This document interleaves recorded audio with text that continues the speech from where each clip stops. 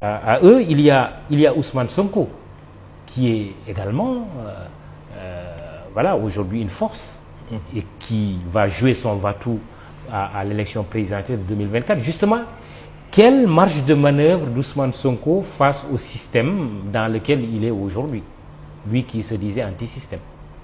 Alors, la première chose, c'est que, bon, certainement, parce que, pour parler comme Alain Mink, certainement que Ousmane Sonko a connu le système de l'intérieur.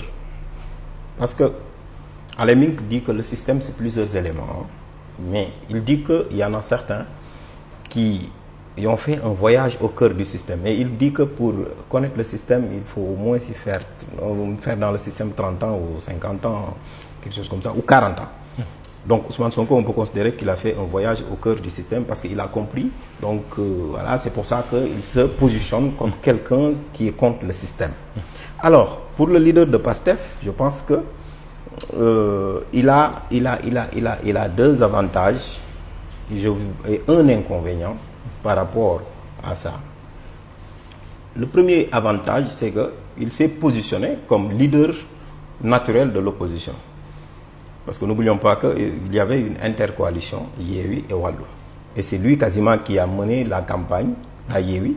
Mais au regard, n'est-ce pas, des manifestations, en tout cas, il était la force d'attraction, n'est-ce pas, de cette campagne.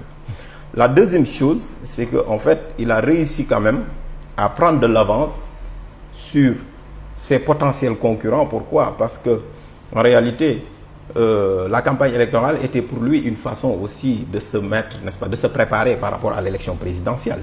N'oublions pas qu'il avait déjà programmé un émecoutour, donc qui n'avait pas pu avoir lieu. Oui. Et donc avec cette campagne où sa liste, n'est-ce pas, de titulaires, où donc voilà, d'ailleurs il était la tête de liste, la liste de titulaires a été amputée. Oui.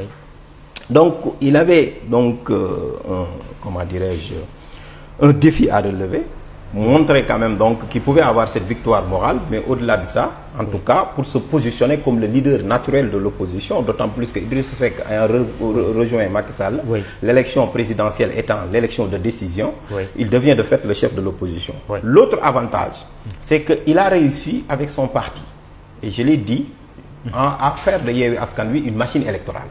Et ça, c'est important parce qu'il se prépare à l'élection présidentielle, parce qu'il savait que à l'élection présidentielle de 2019, il lui manquait certaines choses. Pas de grands électeurs, alors qu'Idriss Seck était suivi par plus de 50 maires. Il n'avait pas aussi donc voilà ce maillage du territoire à travers donc de grands électeurs. Aujourd'hui, il a des élus. PASTEF va se retrouver avec plus de 30 députés à l'Assemblée nationale. L'inconvénient maintenant, c'est que en fait, le leader de PASTEF est dans une coalition où, n'est-ce pas, en réalité, ses compagnons ou bien même ses coalisés sont aussi ses potentiels adversaires à l'élection présidentielle. Khalifa Sall, par exemple. Khalifa Sall, par exemple, dans Yewwi. Et même Karim Wade. Parce que l'intercoalition fait de telle sorte qu'ils sont donc en coalition. Ils sont ensemble.